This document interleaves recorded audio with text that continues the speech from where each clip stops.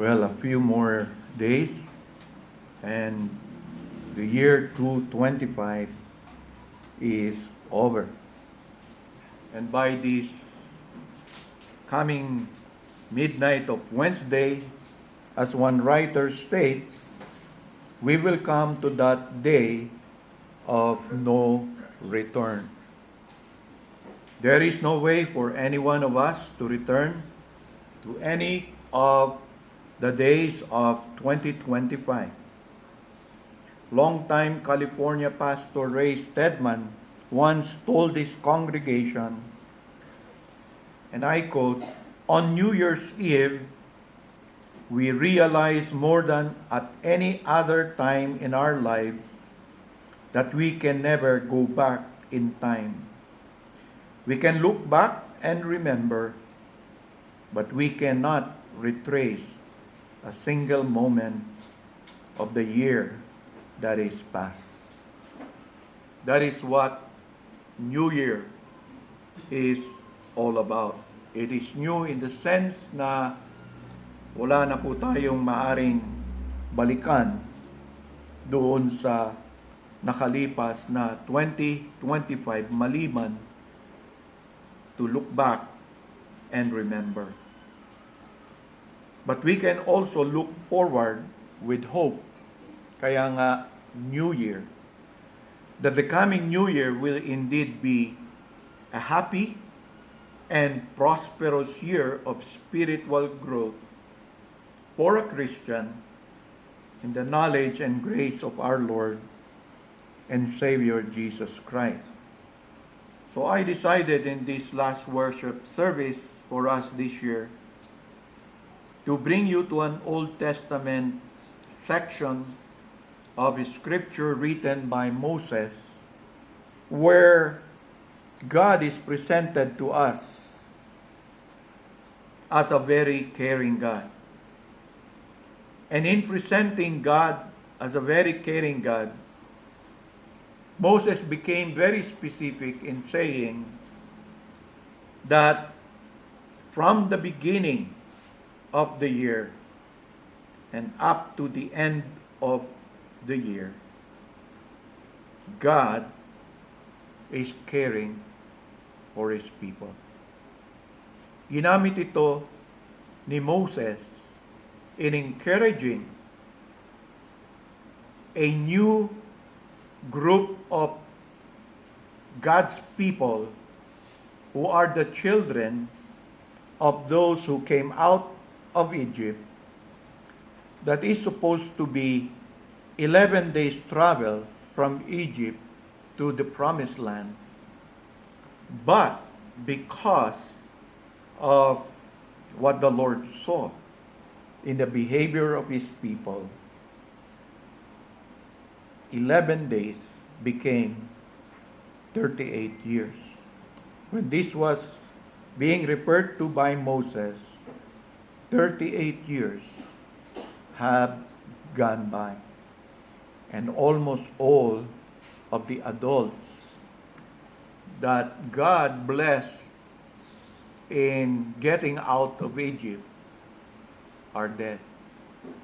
So in the face of that kind of experience, and in the face that God finally is allowing this generation to enter a new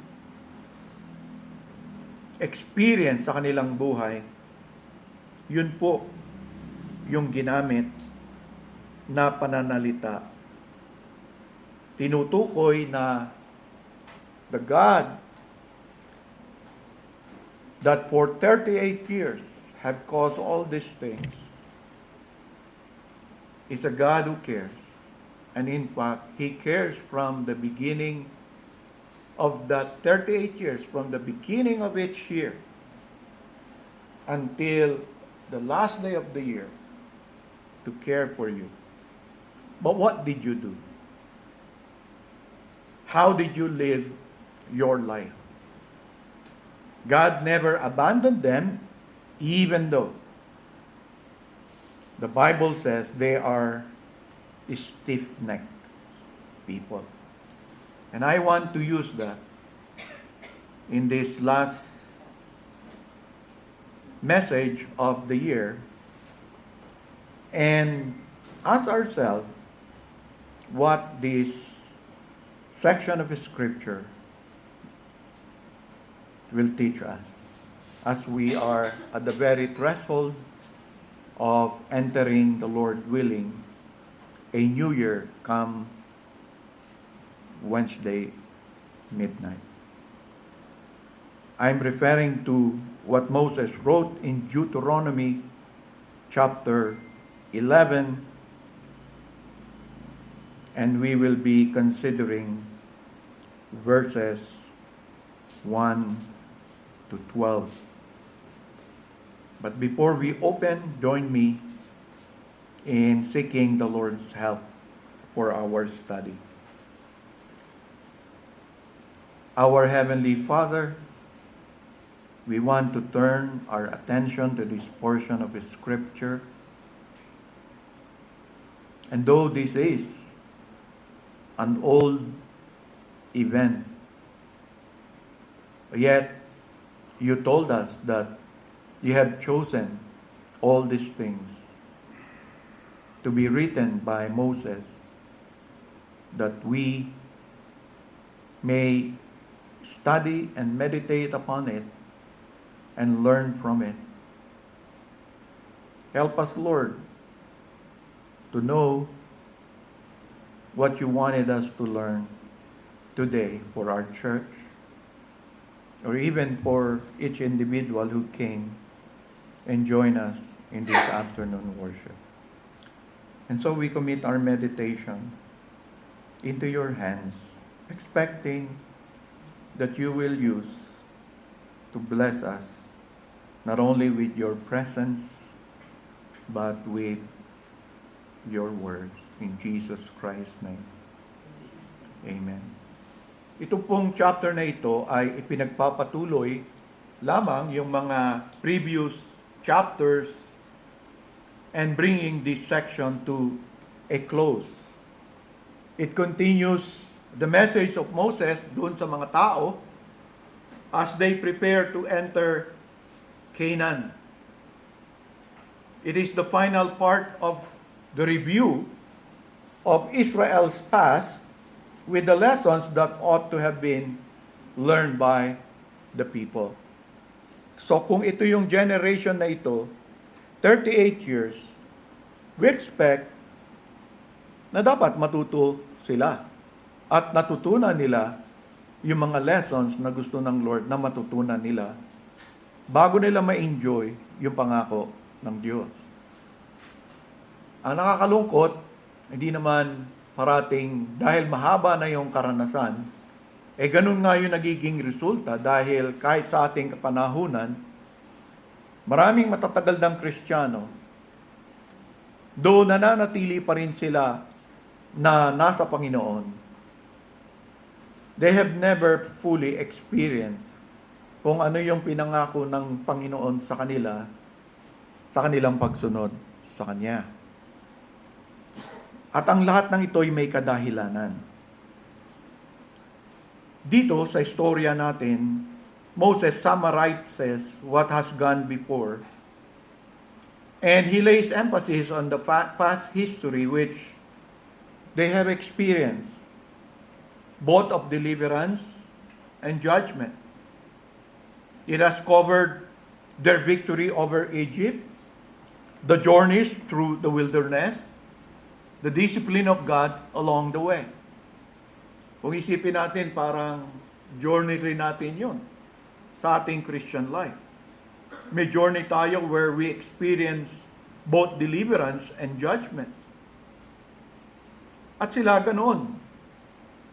And the constant repetition of ideas, words that many of you will encounter in reading Deuteronomy, even phrases, characterizes the book called Deuteronomy. Kaya nga, parang inisip nyo, parang naulit-ulit yung mga kwento. Yung mga familiar words, familiar phrases, familiar events na babanggit. Bakit ganon? The repetition shows the intensity nung desire ng Panginoon to remold these people so that they will experience the blessing which He has for them. Kumbaga sa yung mga usong word ngayon, kung titignan mo ito, hinahanda sila doon sa Great Reset na gagawin ng Panginoon sa buhay ng kanyang mga tao. Pinalipas ng Panginoon, 38 years. And now here is going to reset it. Sabi nga, the final lessons never to be forgotten are here placed before them so that there could be no excuse. Para wala ka ng excuse for falling again into the sins that had blighted the wilderness years. Kaya we encounter in the book exhortation to love, to remember, maraming beses, to observe, to worship, to obey, to teach, to walk in the ways. They are all there, spread in the entire book. And if we are to enjoy God's blessing, we must take His words to our heart and then really apply them sa ating buhay. Yun ang gusto ng Lord para sa kanila. So the choice is therefore with them as to whether they will really experience blessing or cursing. The Lord is more than willing to give them the blessings which He promised. And so let's begin in Deuteronomy 11, 1 to 7, which talks about the experience of the people on the amazing greatness of God. Mahaba po yan. In Deuteronomy 11, verse 1, therefore, you shall love the Lord your God and keep His charge, His statutes, His judgment, and His commandments always. Very, very common na kalooban ng Diyos. Ang talagang kalooban ng Diyos, mahalin natin siya.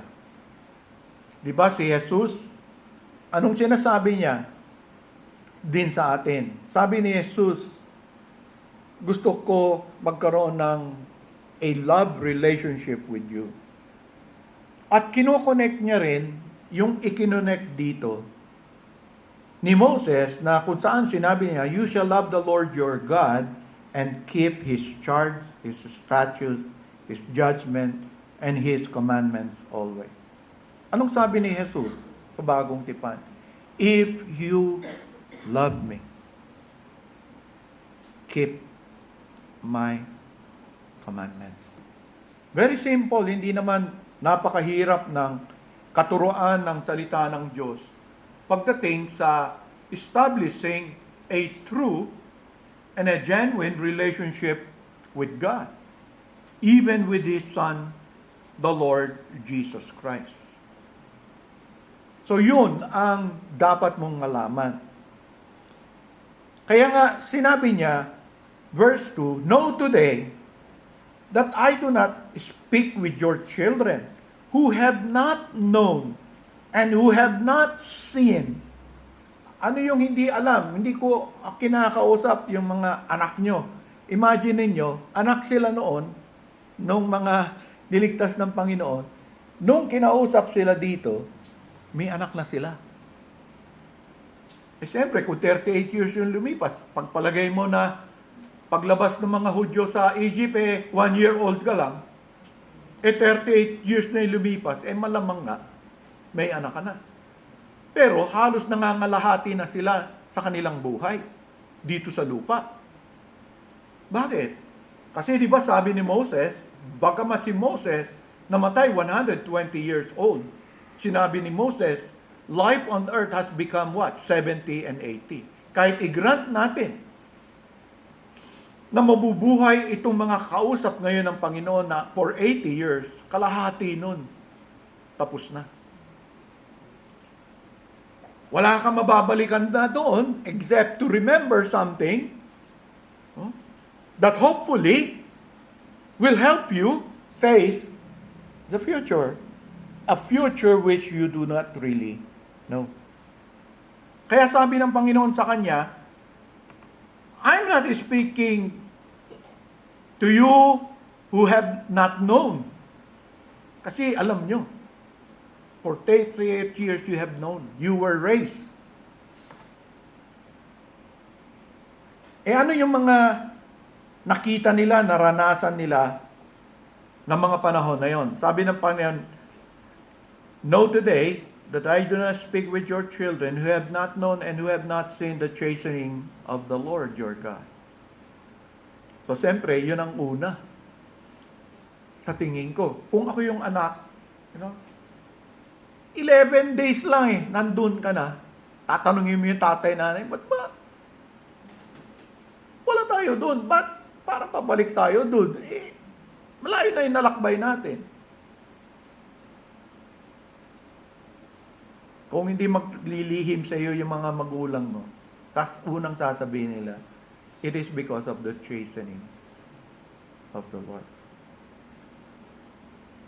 So alam nila, yung chastening ng Lord, His greatness and His mighty hand and His outstretched arm, His signs and His acts which He did in the midst of Israel, of Egypt to Pharaoh king of Egypt and to all his land, and what He did to the army of Egypt, to their horses and their chariots, how He made the waters of the Red Sea overflow them as they pursued you, and how the Lord has destroyed them to this day, what He did for you in the wilderness until you came to this place, and what He did to Dathan and Abiram, the sons of Eliab, the sons of Reuben, how the earth opened its mouth and swallowed them up, their household, their tents, and all the substance that was in their possession in the midst of all Israel. Your eyes have seen every great act of the Lord which He did. So itong mga kinakausap ng Panginoon, hindi sila mangmang, lahat sila naranasan itong mga bagay na ito. Kaya sabi niya, I'm not talking to your children, I'm talking to you.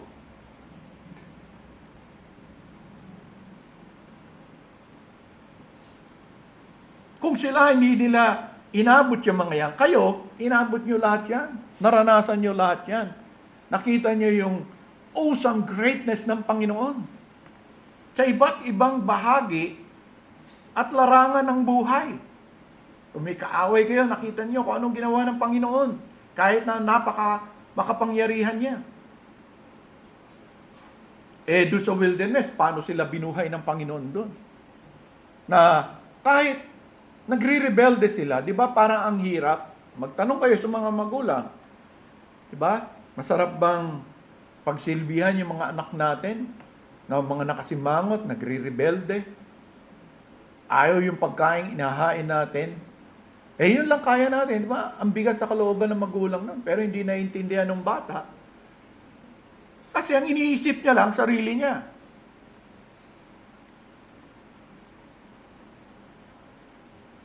So, Moses enumerated them one by one, from verse 2 to verse 6.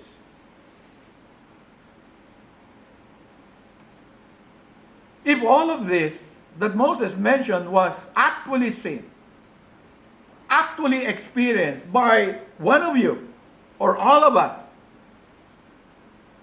what more do you think we need in order to trust the Lord, to follow the Lord, and obey the Lord? Ano pa kailangan? Kayo, matagal na kayo na Kristiyano. Marami sa inyo nangangalahati na ng haba ng buhay. Kahit isagad natin sa 80. There are many of you here now, 40 plus and above. Yung iba, papunta na rin doon, malapit na. Ilan na lang ang talagang masasabi mong medyo bata pa. Mailan-ilan lang. I assume, dahil matagal na kayong mga sumusunod sa Panginoon, that you also have an experience of God's greatness, which include His blessings and His disciplines. Nakita nyo na rin sa ibang tao, pastor man sila or ordinaryong miyembro, hindi namimili ang Panginoon. Kung kailangan silang disiplinahin, kung kailangan i-allow ang many years of emptiness sa kanilang buhay, gagawin nyo ng Panginoon. Sa kanila, matagal. Diba? Marami silang activity ginagawa, marami silang mga accomplishment na nagawa sa buhay, marami silang inallow ng Lord na may enjoy sa kanilang buhay. Except what? God's intended real blessing and experience for His people. Parang yung iba umunlad kahit nasa desert sila. Maring naparami nila kung ano man inaalagaan nila. Yung iba may mga property pang dala-dala. Balak pang mangulimbat nung iba. Diba? And yet, if the Lord will ask them, how about the blessing that I really intend that you will experience and enjoy in your short stay here on earth? So tayo, magtatapos ang year. How many years have you been a Christian? Have you experienced the blessedness of being a disciple of Jesus Christ? Can you even define what that blessedness that Jesus promised? Kasi meron tayong iiwan. Meron tayong bagong magkakaroon as possession. Sa kanila, ang pangako, possession of the land. Tayo, in Christ, di ba? One day, we'll finally be seeing the new heavens and the new earth promised by God. We will be in the Lord. We are in that journey. The Lord has brought us in His kingdom. Pero may experience yun na dapat na-enjoy natin. Hindi, na-enjoy ba natin, for example, yung blessedness of one day being separated from the Lord? Pag tinignan mo yung ibang Kristiyano, parang burden sa kanila. Naku, Lord's Day na naman. Hindi ako makakatin. Baka mapunan na ni Pastor Ranji ito. No? Binata yan, masungit pa naman. No? Masisita na naman ako. Hindi ka, sana si Pastor Joey na lang, makakalimutin na yan eh. Hindi niya maalalang wala ako. So nagiging burden sa ibang Christian, what is supposed to be a delight. Sabi kasi ng Scripture, you do not only delight in the Lord Jesus Christ, but you delight in the day provided. Madalas nga, binabanggit pa natin yung special presence ng Panginoon, naroroon. Where we know that when we worship God, though marami tayong kahinaan pa, here comes the one who intercedes for us and bring that worship to the throne of God. And His perfections become our perfections. Yun yung delight natin unang-una eh. Kasi kung pupunta naman ako, harap ako sa Diyos, magkakaroon ba ako ng delight? Baka patungo pa lang ako, alam na ng Diyos ko ano laman ng puso ko, ano yung mga struggles ko, ano yung mga pinag-iisip ko bago mag-worship. What is our joy? Ang joy ko, di ba? Na because of Jesus Christ, I can still come today. I may be struggling many, many things, but, my hope and my joy is in Christ, who will enable me. Kaya nga, yung mga kahinaan natin, inilalapit natin sa panalangin. Sabihin nyo, parati na lang pinagpipray yun bago mag-worship. Anong gagawin ko? Sa worship, maraming kahinaan ang mararamdaman nyo. Nandiyan na antoking kayo. Di ba? Kaya nga yung mga lumang pastor noon, nung bata pa akong Christian, pag inaantok ka daw, sinasakyan ng mga little devil yung talukap ng bata mo. Di ba? Sa fundamental church ako, no? Ganun yung mga joke nila corny. Di ba? Nandyan daw yung mga angel, kaya tataboy-taboy mo daw yun para hindi ka makatulog. Although parang nakakatawa yun. Di ba? Ayun, simpleng temptation yun. Pag sa Puritan ka, talagang struggle ng Puritan sa worship. Wandering thoughts. Diba? Naku, si Perry na ganda ngayon, malamang masarap yung lunch namin. Nasa first point pa lang ako, nasa lunch ka na. Ano? Ano kaya niluto ni Brother Perry? Wala. Tawa tayo, but yung mga simpleng ganun can be a disruption of our heart. It just comes. Ayaw mo naman. Bakit ba Di ba? Kaya nga sarado yung church natin. Nandun yung mga para hindi nyo maamoy. Di ba? Kung palagay ko yan dyan, wala na makikinig. Di ba? So, the lust of the flesh. Di ba? So, ganun yung struggle. Kasi kung maalala nyo, di ba? Sa kanilang journey, sa kanilang paglilingkod sa Panginoon, ano ba yung naging temptation nila? Matatawa kayo Ano ba itong kinakain natin? Pagkain nga, wala man sibuyas, walang bawang, walang luya. Ano kaya lasa ng pagkain nun, binibigyan sila galing sa Panginoon. No? Kaya ako, I think the food that is there, hindi ibibigay ng Panginoon. Baka mana yun. No? Umangal din ako. No? Every Sunday, mana ang pagkain natin. Ganon. Natatawa tayo, pero di ba? Ano yung struggle nila? Paulit-ulit na ulam. No? Dito po paulit-ulit. Yung naka-assign, yan na lang yung lulutuin niya. Ikaw naka-assign, kung ako si Abel, ganun gagawin ko. Para hindi maulit. No, di ba? Pag si ganito naka-assign, adobo. Pag ito, apritada.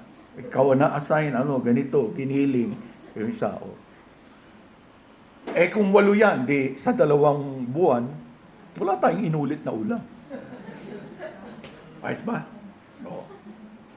Parang magiging masaya ka. Ganun yung isip ng mga tao. Nag-iisip sila. Sinasama nila kasi bahagi ng buhay yan.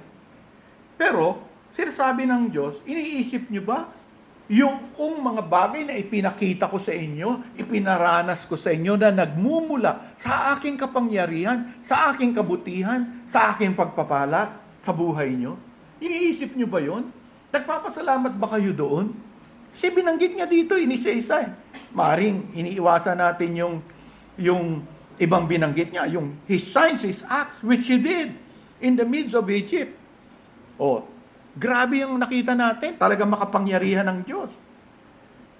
Yung pinakita, He made the waters of the Red Sea overflow them as they pursued. Nakita mo, di ba?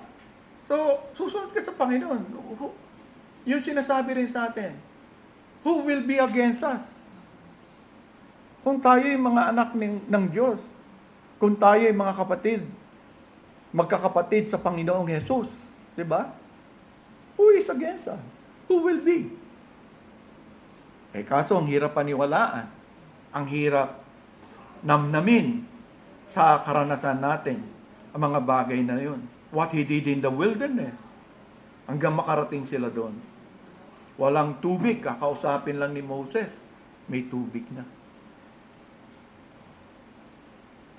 Pero nakontento ba yung mga tao? Hindi. Kaya nga napagalitan si Moses Napikon si Moses doon sa mga tao, biyaya na.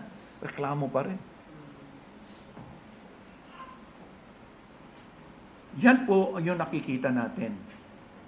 And then, in verses 8 to 9, the Lord's good intention for His people in giving them a land possession. Sa kanilang time, land possession. Pero ito'y nagmumula sa Panginoon. Therefore, you shall keep every commandment. Hindi nyo napupuna, paulit-ulit. Bago magsalita ang Panginoon ng iba, sasabihin niya na naman yung kahalagaan. Therefore, you shall keep every commandment which I command you today, that you may be strong. So, i-connect mo yun. Yung commandment pala ng ngayon, bakit ba? Ang tingin kasi ng mga Kristiyano, mga believers, naku, commandment, pahirap na naman sa buhay yan. Di ba? Ayoko yan mga commandments na yan. Para bang yung kasabihan, promises were made to be broken. Commandments are made to be disobeyed. Kaya parang burden. Pero sabi ng Panginoon, therefore you shall keep every commandment which I command you today, that you may be strong and go in and possess the land which you cross over to possess, that you may prolong your days in the land which the Lord swore to give your fathers, to them and their descendants, a land flowing with milk and honey. Hindi sinabi sa Panginoon, I command you to make powerful weapons. I have invented new weapons of warfare. No? Ginawa niyo ba lahat yan? Daladala niyo ba yan? Ihanda niyo na yan para matalo, mapapasok natin. Sino man ang humarang dyan, madidestroy ng mga weapons na yan. Walang sinabing gano'n ng Panginoon sa kanila. Ano sinabi ng Panginoon? Alam niyo, para magtagumpay kayo, para maranasan niyo yung blessing na nagmumula sa akin, keep every commandment which I command you today. You would be strong. You can go in and possess the land which you cross over to possess, that you may prolong. So remembering what God did in history, actually should lead Israel to great obedience and enable them to take the promised land. For example, how can you cross that Red Sea? Nandiyan yung mga kaaway mo, very powerful force. Dapat natuto sila doon, nakita nila. God can protect you.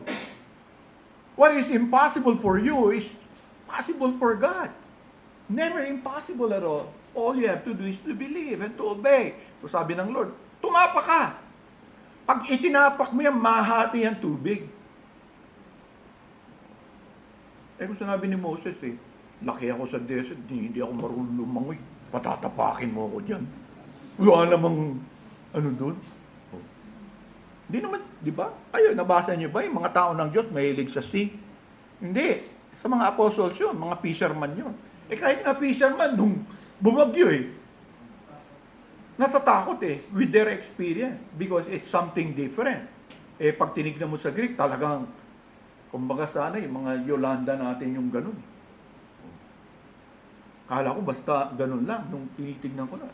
Matindi naman pala. Kahit fisherman ka, talagang matatakot ka. Pero ano sabi sa kanila? Sa atin? Di ba halos pareho? O yung inawit natin. Trust and obey. For there is no other way to be what? Happy in Jesus. Di ba? Kung may tinatago kayong kasalanan, hindi kayo sumusunod sa Panginoon, you can be happy with the things of this world, pero mapapawi din yun Sandali lang, wala na. Diba? Umaten ka, masaya ka, nag-party kami doon, no? Sarap ng handaan, bukas. Isipin mo, nagkasala ako sa Panginoon. Mas pinili ko pa mag-party kesa sa Panginoon. So, wala ka talagang kasiyahan. Nababagabag ka sa mga choices mo sa buhay. They should have been motivated by what they have seen and experienced from God. And Moses told them to keep every commandment given to them.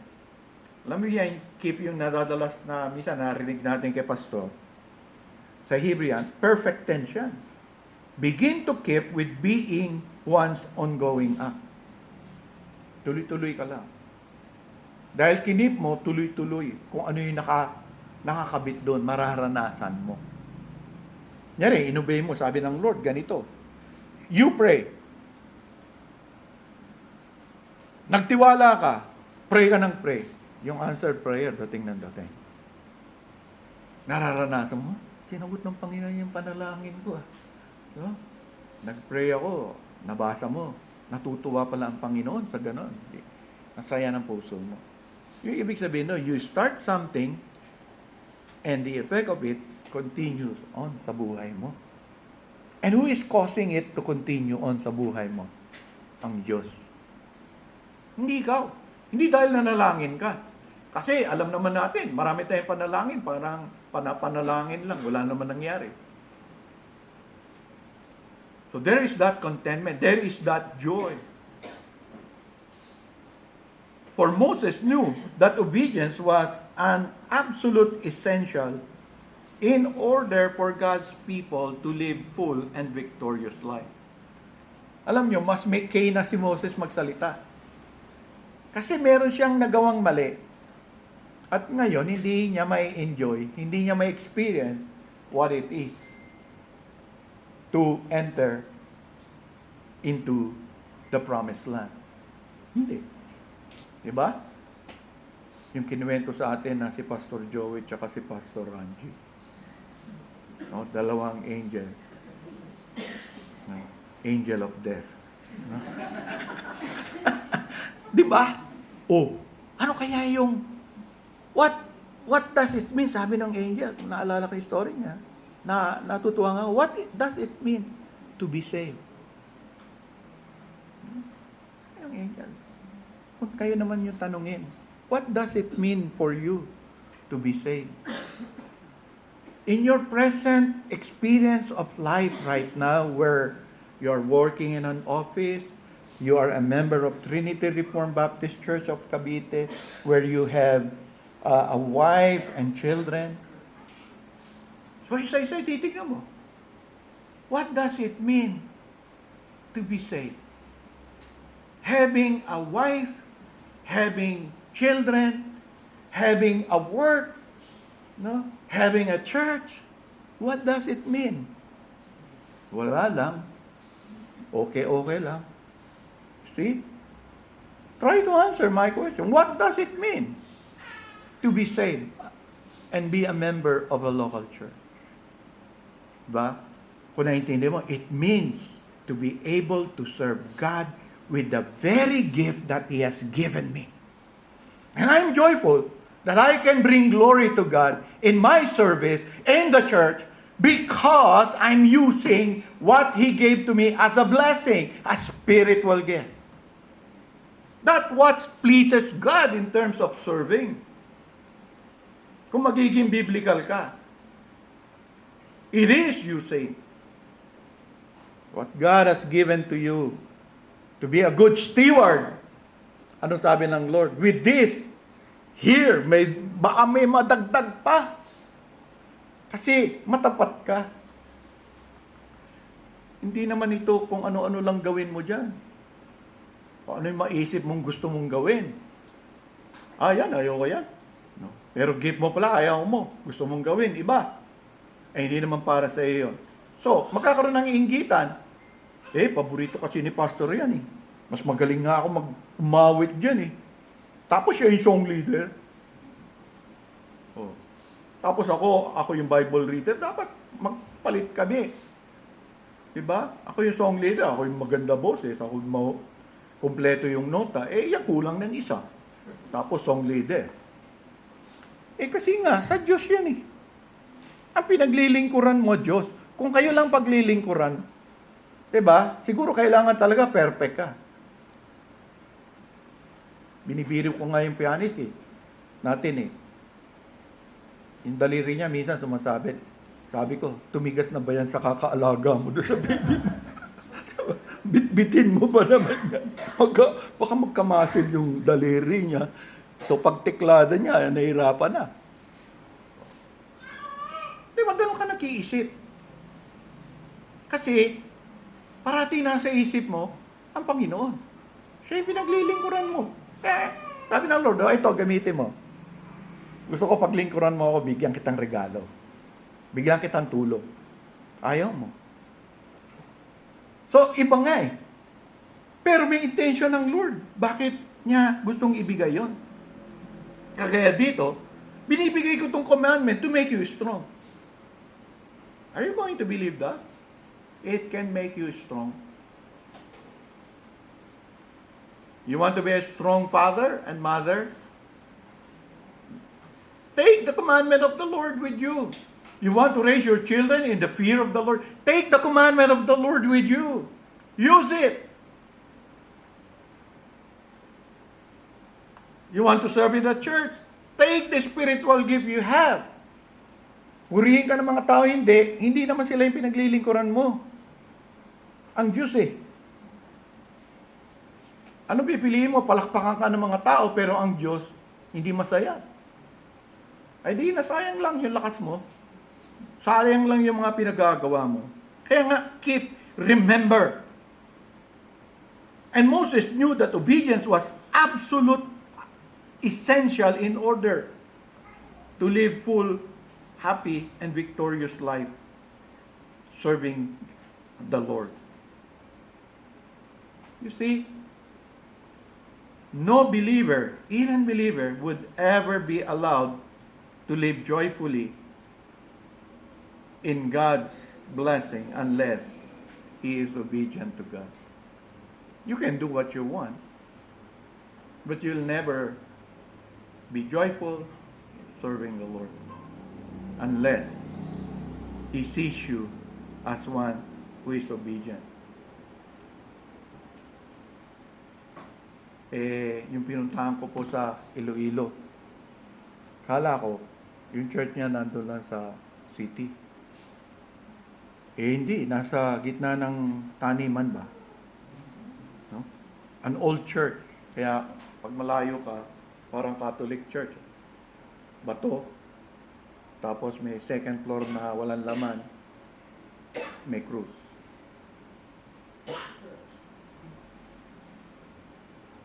Yung mga miyembro niya, maraming kabataan, walang mga trabaho. May ilan lang ng mga nagtatrabaho. Hirap siya sa support. Pero masipag siyang naglilingkod sa Panginoon. At natutuwa yung mga miyembro sa kanya. Sa kanyang kasipagan. Tapos 5 yung kanyang anak. Wala sila naririnig na reklamo sa kanya. Matutuwa ka. Paglingkod siya. May makukuha ba siyang pera sa kanyang paglingkod? Wala. Yun yung kalooban ng Lord sa buhay niya. Yun yung kanyang miministeryohan.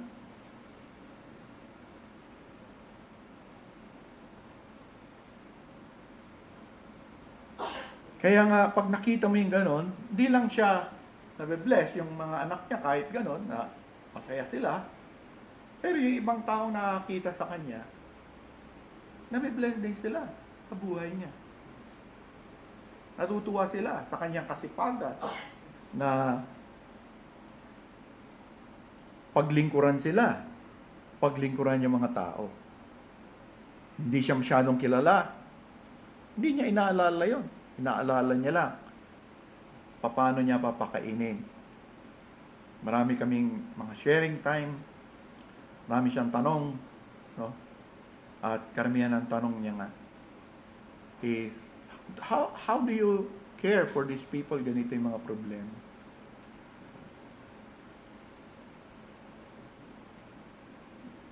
So that is what God said, that you may be strong and possess the land. Para mo ma-enjoy yung pangako ng Lord, di ba? Marami nga sinasabi, I came that they might have life and have it abundantly. I came so that your joy may be made full.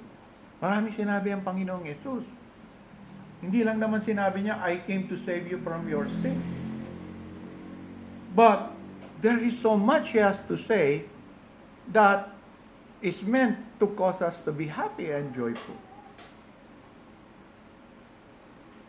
Gusto niyo bang pumunta dito sa church na parati ko kayong binabantayan, parating konting niya lang, nakasimangot ako, pinagsasabihan ko kayo. Kailangan pagpasok niyo dito, tahimik na tahimik kayo. No? Kailangan iba yung personality niyo dito. Kailangan matuto kayo na magkaroon kayo ng double personality. Okay? Di ba? Parang anong ginawa mo sa mga tao? Masira ulo. But kailangan mo double personality. Ginawa ka ng ganyan ng Lord. Is joining a church, gusto ng Lord, may experience natin fear. Gusto ba ma-experience ng Lord na magbantayan tayo in criticism? No, it's serving another, loving one another, forbearing one another. That's a joyful occasion, di ba? I'm happy to go to a church with all my remaining immaturity, my youthfulness maybe, and the people there nevertheless still loves me and cares for me, forbears me. Oh, di masaya ka. Bakit ka sumaya?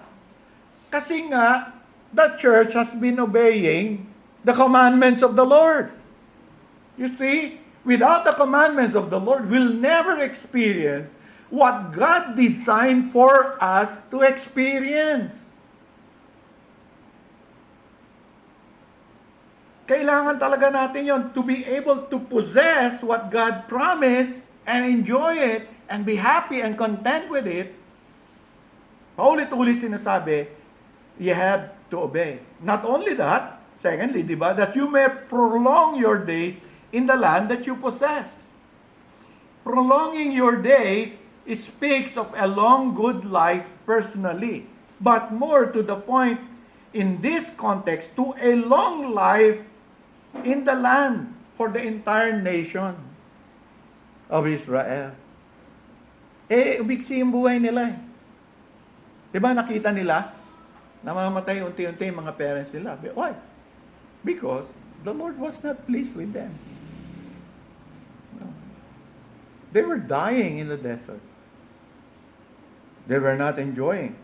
Because even when God provided, they still complained. Sabi nila wag mana. Sige. Pinagbigyan sila ng Lord. Nandyan yung quail ba tawag? Quail, no? Quail. Sa Tagalog, ano yun? Pugo. Nakaka-high blood. Tsaka uric. Mga tao complain. Ayoko yan. Nakaka-high blood yan eh. Pag Jollibee, yan ang dapat. Diba? Nga, dapat nga. Kasi, kalahati naman nung kinakain yung chicken, soya yun. Kaya good to the health. Mali lang yung mantika. Ulit-ulit. Iba-iba sasagutin ng tao, depende sa kausap mo eh. Diba? Sabihin, ganito. Kung vegetarian ka, ganito. Diba? Kung, ano ba tawag sa meat lovers? Ito meat term to si brother. Carnivorous daw siya. No. Ano ba yung carnivorous? Karne lang kinakain, hindi gulay. Bakit, kapatid?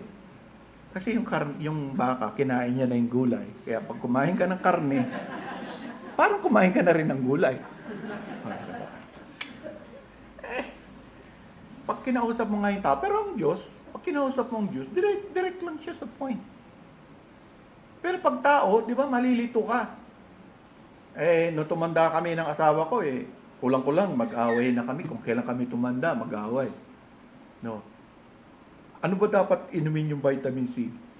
Yung nabasa ko umaga. Sabi ng wife ko, hindi, sa gabi lang yan. Hindi yan magiging effective. Iba naman. Yung B12. B12 yan yung mga ganun, no? Para sa nerve. No? Kailangan ba may kinain ka bago mo yun yan? So, pag napun ako, dumako ka sa binabasa mong mga doktor. Mga doktor na to, mga kilalang doktor. Ay, hindi pa rin tugma.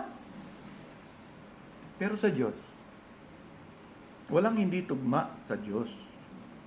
Kasi ang concern ng Panginoon, hindi mga bagay na physical. Mga tao kasi nadadaya ng ibang preacher na para bang ang concern ng Panginoon sa buhay mo, mga bagay na nandito sa mundo, when in fact, kahit hindi ka Kristiyano, ma-attain mo yon. Magsipag-sipag ka lang. Mabibili mo kung ano mo gusto mo. Diba? Yung mga mahirap, pupunta ka sa depressed area Yung mga bata, nakaupo doon, may cellphone, nagiging. Tapos sasabihin mo, naghihirap. Kasi gusto nila. Gusto ng parents nilang bigyan ng cellphone yung mga anak nila. Doon sa kalye namin. Pag nagtumpukan sila, lahat yun may cellphone.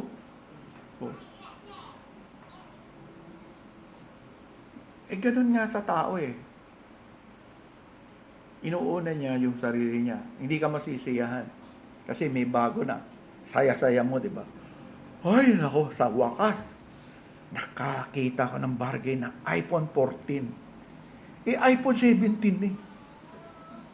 Oh, pag tumabi ka, di ba? Oh, di ba nakwento ko sa inyo na nasa Singapore ako. I almost hated my cellphone. Katabi ko matatanda, basket ang dala. Pagbukas ng cellphone, naka-Apple lahat. Hindi ko na nga nilabas yung cellphone ko. Alcatel yata yung dala ko. Parang bumaba, tingin mo. Minsan, mga Kristiyano nga, ganun. Di ba, bakit malungkot ka, kapatid? Sa mga material kinumpara. Tapos sasabihin kung bless ka ng Lord, iPhone ka. O hindi ka masyado pang bless ng Lord, no, Alcatel ka. O kaya yung gawang Pilipino, ano ba yun? Siguro hindi nyo na inabot Alcatel, matanda na talaga. Mukhang hindi nyo naintindihan yung sinasabi ko. Parang ganon. Pinapaliwanag ko lang sa inyo. Pero, yung joy nga na gustong ibigay sa atin ng Panginoon, hindi siya base sa mundo na ito. Bakit hindi yan matatak sa isip natin? Hindi yun maaagaw ng iba, hindi yun maapektuhan talaga supposed to be ng iba. Bakit lang naapektuhan yung joy natin? Kasi nga, then we begin to think on the horizontal level purely. And then you have false teachers who would say na parang kung talagang blessed ka ng Lord, pati yung material mo dapat ganon, wala na. Maliligaw ka nga ng landas. Pero tignan mo, ang sinasabi na yun, that you may be strong in possessing whatever God has given to you, whatever God has promised to you, that you may prolong your days in that land. Yung land po is God's promise. Tama? Promise yun. Pero po, yung prolongation in the place of promise was not included as a guarantee. Why? Because it is based on keeping every commandment which I command you today. Diba ganyan din sa atin? Ano yung blessing you want? Kunyari, bata pa kayo. Sabi ng bata, alam mo, gusto ko ring ma-bless ako ng Lord. How can you be blessed by the Lord? Obey your parents in all things. In all things? O naman. Kaya sabi ng Diyos. Gusto mong i-bless ka ng Diyos paano kung masama? Sabi ng Diyos, obey me first. Yun lang exception mo. If the command is to disobey me and my commandment, ibang usapan yun. But, alisin mo yon, obey in all things. Kayo mga bata, happy ba kayo? Obey your mother in all things, obey your father in all things. Pwede bang mag-obey na lang ako kay lolo at kay lola? Kasi spoiled. Diba? Gusto nila kay lolo, kay lola. Ayaw sa magulang. So, kanya-kanyang dahilan ang mga tao. But do you really want to be blessed? That's the issue. To be yung blessing mo will be prolonged na ma-experience mo sa iyong buhay. The context is almost survival, yung prolong na yun. You will survive. Mararanasan mo to kahit maraming kaaway, kahit anong circumstansya. Kaya nga, yung iba, nakikita natin, kahit gano'n nangyari, pwede pa rin silang masaya. Na-enjoy ko nga nung si Lemuel, yung kinikwento niya yung maraming hymns, di ba? How those beautiful hymns that almost have become classic was written based upon a terrible experience. Nasa barko, minamatay, tapos nasulat niya yun, he could compose even that. And patay na sila lahat, pero tayo, nagbe-benefit pa rin. And we can use what their experience was as they trusted Christ to praise Christ. Not them, but Christ. So nakikita mo yung effect ng blessing. It is not based on the material things. It was based on the promises of God. Ang daming hymn na ganon. Kaya nga ako, nagsimula akong bumili ng mga hymn na maraming kwento na ganon eh.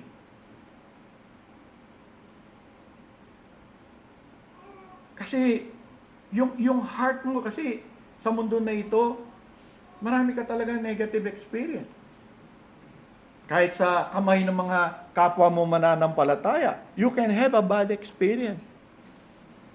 What do you do in times of that? Diba? Sasabihin lang ng Lord sa'yo, i-obey mo yung commandments ko. Diba? You still have to love your brother. He is your brother. But he says so many negative things. God said, love your brother. Forgive your brother. Forbear with your brother. See? Keep your commandments of God. Kaya nga minsan, nasishare ko, nalulungkot ako na pag dito, nagloko siya, tapos masama yung loob na umalis, galit sa atin, tayo naman, pag nasalubong natin, iwasan pa natin. No. Brother natin. The same commandment of the Lord will never change. It is forever. God never changed. Kasi, kung ang magiging pattern sa tao, wala na, pati tayo damay. Kung ganun ba ang Diyos sa atin. Dito sa kanila, 38 years. Di pa sila nakakapasok. 38 years. Not everything was smooth with the second generation. Not. Basahin nyo lang yung kwento. Not. Pero, nagtyaga. Kaya nyo pagtyagaan for 38 years? Ang isang tao, nakapatid nyo sa Panginoon, niligtas din ng Panginoon. Pag inisip mo lang on this level, mahirap. Pagpe-pray ko na lang for the last time. Sana lumipat na siya. Diba? Pag lumipat yung kapatid, ay, sabuti na lang. Magsha-sharing pa yung mga magkakapatid. Buti na lang lumipat kasi kung hindi, talagang baka hindi ko na mapigil sarili ko, patulang ko na. Can we be happy with that? No. Kaya tayo nakakaganito because we're not accepting the judgment of God. Na kahit ganun siya, you have to do pa rin. Anong dapat gawin? Ikausapin siya. Alam mo kapatid, pwede ka naman manatili sa hindi mo kailangan umalis eh. Alam mo rin naman na mali yung mo. Pasayahin mo na, samahan kita. Magbalik ka doon. Sama-sama tayo doon. Huwag mo lang tigasan yung ulo mo. Di ba ganun ang Panginoon sa atin? Si Jesus ganun din sa atin. Ang banal na Espiritu, ganun din sa atin. Kaya nga buhay pa tayo hanggang ngayon eh.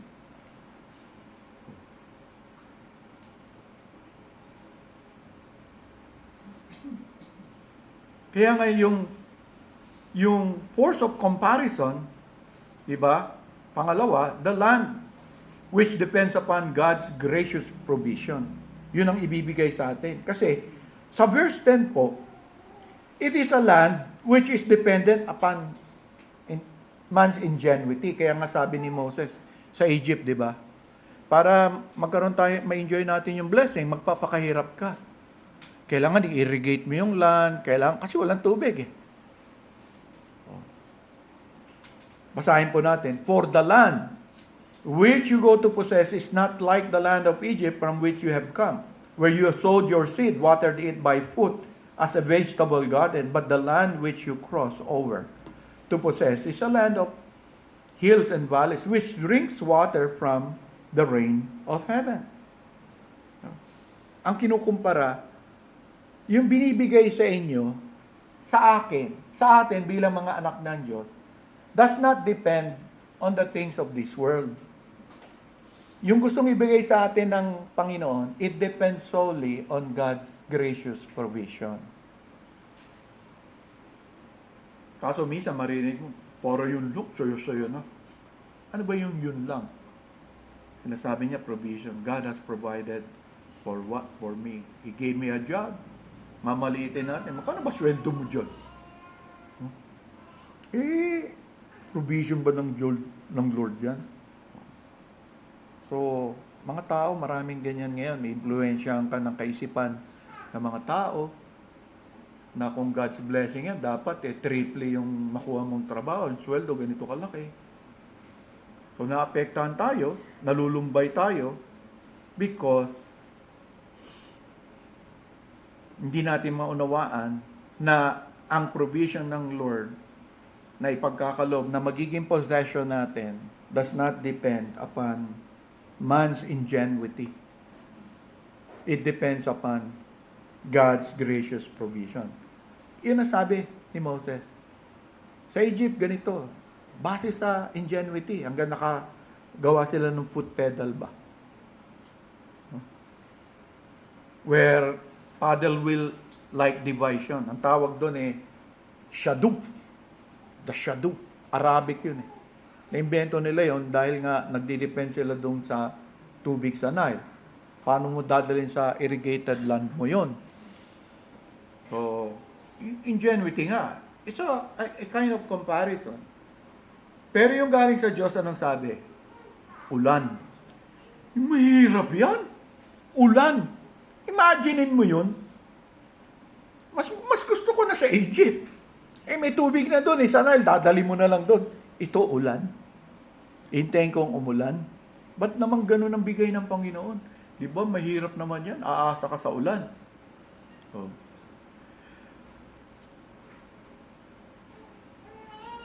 Kasi ang gusto ng Diyos, tinuturuan niya yung kanyang mga tao.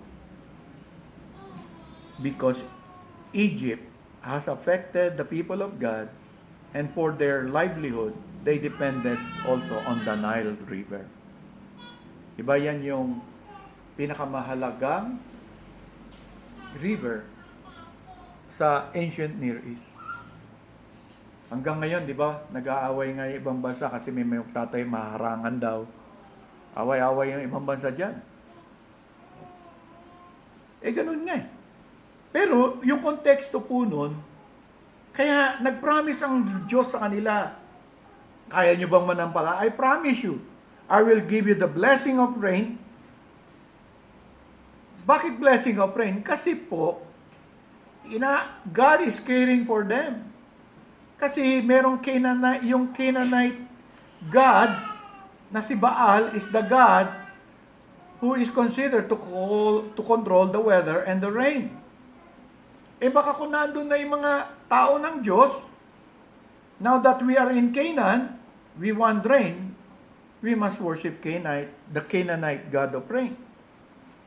And so, to prevent that, the Lord promised them, when you go in, I will give you rain when you need it.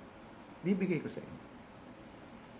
Kasi matitempt sila. Ganun dun Diba sa atin, may God of farming, may God of, pati nga yung mga hayop, may santo na rin. Sangkaterbang santo. No. Kasi nga, ganun. He will supply. So, ano mangyayari? Pag dumating yung need for rain, Israel will be reminded to remain dependent upon God. Kaya nga, it will make you strong. Di ba? If you obey the commandment of God. And lastly, the land which the Lord is deeply concerned about. So, tatlo yun. Di ba? In verse 12, a land for which the Lord your God cares. And you know, he said, because the Lord cares, the eyes of the Lord your God are always on it. From the beginning of the year to the very end of the year. Pag galing po sa Diyos yung blessing, na gusto niyang mapossess mo, the eyes of the Lord is upon that. Kaya nga, sa buhay natin, ano ba yung blessing na meron lahat ng Kristiyano? Mayaman, mahirap, matalino, hindi matalino, maitim, maputi, kulay dilaw. Jesus Christ, the Holy Spirit. That is the greatest possession that we have, and the eyes of the Lord are always on it. And then there is an accompanying blessing, being in Christ. Kasi all of the blessing, all of the yes of the Lord is in Christ. And when you have that, God is saying, I'm watching. My eyes is upon from the beginning of the year to the very end of the year. And so Moses is reminding these people that God Himself takes personal interest in them. Not only in the things that they have. So sa kanila, may interest ang Lord dun sa land. See? Kahit na may mga kaaway yon, sa Panginoon yon. Eh sa atin, iba. Diba? And Moses is saying, all those years, kala nyo 38 years, wala. God has been. Ito yung maging strength nyo, ito yung maging joy nyo in entering this promised land, not knowing what is there. Papasok ka doon. And the good thing is, He does the caring Himself. Hindi binigay doon sa dalawang anghel kaninang umaga, no? Kundi siya mismo. Siya mismo. And so, we face another year ahead of us. Ano ba yung blessing? Ano ba yung uri ng buhay na gusto meron ng Diyos sa atin? Meron ka ba nun? Kung wala yon, bakit wala? Diba? When in fact, the eyes of the Lord are upon His people. Diba? Sabi nga natin the apple of the eye of God is His church. Why? Because the church is the bride of Christ. In the end, it will be presented to His Son, the Lord Jesus Christ. Kaya nga, lahat nung nakikita nyo, nababasa nyo dito, nakatuon talaga doon sa church. And the church is not a building, it's us. We can say that the eyes of the Lord, from the beginning of the year to the end of the year, is upon us. We should be the kind of person that God wants us to be. Ano ba yun? Isa lang naman yun to be Christ-like. How are you moving toward that? Since you have become a Christian, every year, if the eye of the Lord is upon us, why is it that seemingly you are not enjoying? What can we learn from this passage? The God that Moses mentioned here is the same God that we worship. Pareho lang. Hindi naman siya another Diyos. Siya rin yun.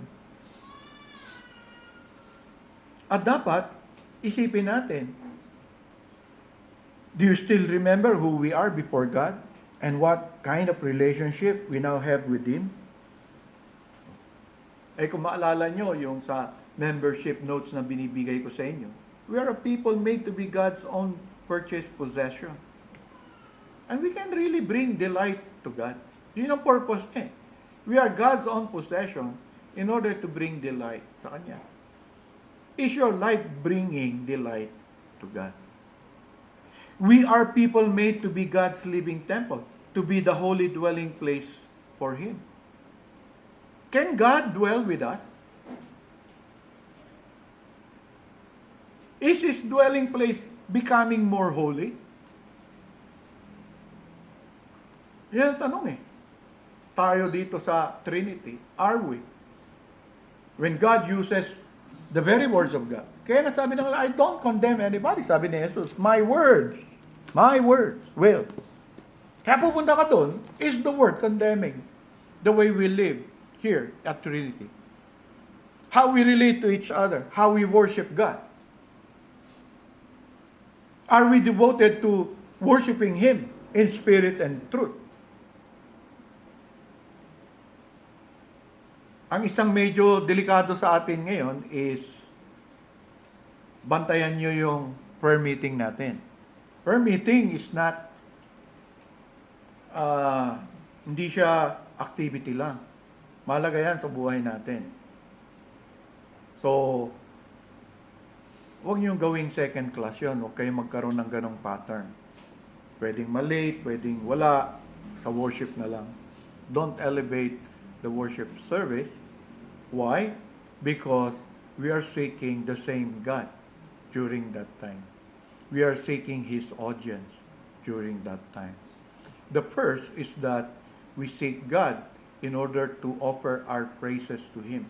The other one is we seek His special presence to offer our prayers to Him. So maingat tayo na parang pag naghahanda tayo, hindi kasama literally yung time ng prayer meeting.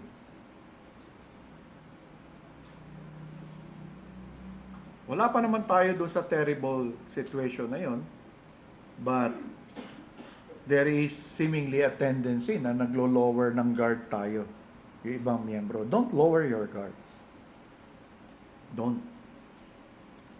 Because we are the dwelling place of Him. God dwells with us. And in His dwelling, we come to Him, we fellowship with Him, we say the struggles we face, the things that we want to take place, ang priority din ng Diyos. That's how we fellowship with the Holy God. How do you fellowship with Him? Diba? And we are a people made to be God's royal priesthood, to offer spiritual sacrifices to Him. And so, are you really devoted to the worship of this God? We have a conviction in this place from the rising of the sun to the setting down of the same. The Lord's name is to be praised. Are you lowering? You see, it's not God lowering. God will not be adjusting. He has called us for this purpose. Ito yung purpose na you would be joyful sa iyong buhay. When you come here, do you join us in worship? If I ask you, are you joyful? That God has provided everything you need to be able to come. That we have a place, kunyari kanina, yung thankfulness. Ba, si Brother Carlos, sinasabi niya, even the place, he thanks God na meron tayong place to gather. Minsan, hindi natin naisip yun. Pinaghirapan naman natin to. No? Ganun ba naisip natin? So, maraming bagay na we may miss. But this is what God's grace and mercy has made us. He has made us to be His royal priesthood. He is allowing us to offer spiritual sacrifices that is pleasing to Him. We have been made God's very living. Oh, wala kaming building. The church is not a building. It is a house, the house of the living God. Sabi nga ni Paul sa Timothy, we are a people purchased by God. And He loves what He purchased. You know why? It's very expensive. It cost Him the life of His only Son in order to possess you. And this is the God that we serve. What will be the picture of 2026 when you enter?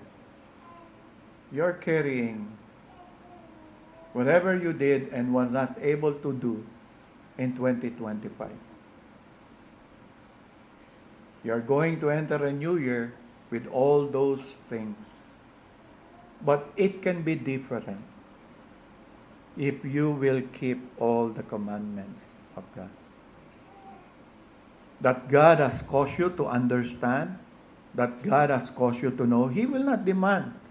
Diba, sabi nga ni Moses you have known. I'm not saying this to those who do not know, who did not experience, but you have experienced, you have seen.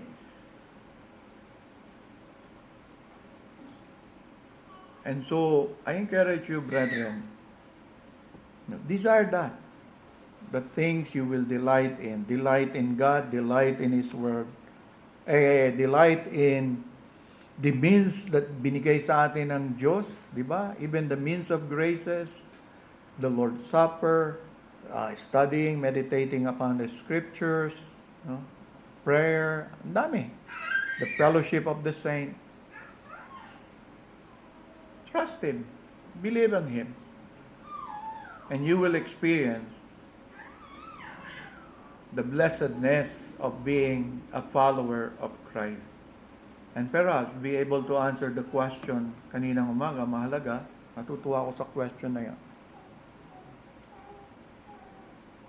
What does it mean to be saved? What does it really mean?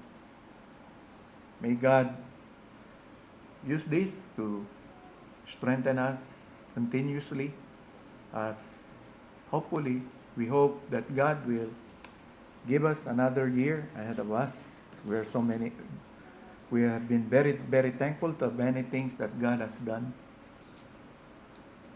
that He has allowed us to experience. Now, what shall I render to the Lord for all these blessings? Think about it, brethren, as we face, hopefully, a new year ahead of us. Marami pong salamat muli, Panginoon, sa inyong mga salita na ipinagkaloob sa amin sa pagtatapos namin sa taon na ito na isang iglesia na patuloy na sumasamba, nagtitiwala, umaasa pa rin sa inyong katapatan, sa inyong kabutihan, sa inyong biyaya, at sa inyong kahabagan. Ganyan kami, Panginoon, dito at nais naming manatiling matibay at lumalago sa ganyang kalagayan na kailanman tulungan mong hindi kami makalimot. At sa halip, Panginoon, nawa ang maging karanasan namin bilang mga Kristiyano na niligtas mo sa kasalanan. Every year na ini-extend mo pa yung buhay namin hanggang sa day na itinalaga mo para matapos ito dito sa mundo, na ito'y maging araw na nasasabi namin na naranasan namin what it is for God to watch over the very first day of the year and the very last day of the year na pinagkakatiwala niya sa aming buhay. And for this, truly, Lord, we are grateful. And even for your Son, who continually been very faithful in interceding for us, for He knows we needed it most sa aming buhay. Ito pong aming pasasalamat at panalangin sa Kanyang pangalan. Amen.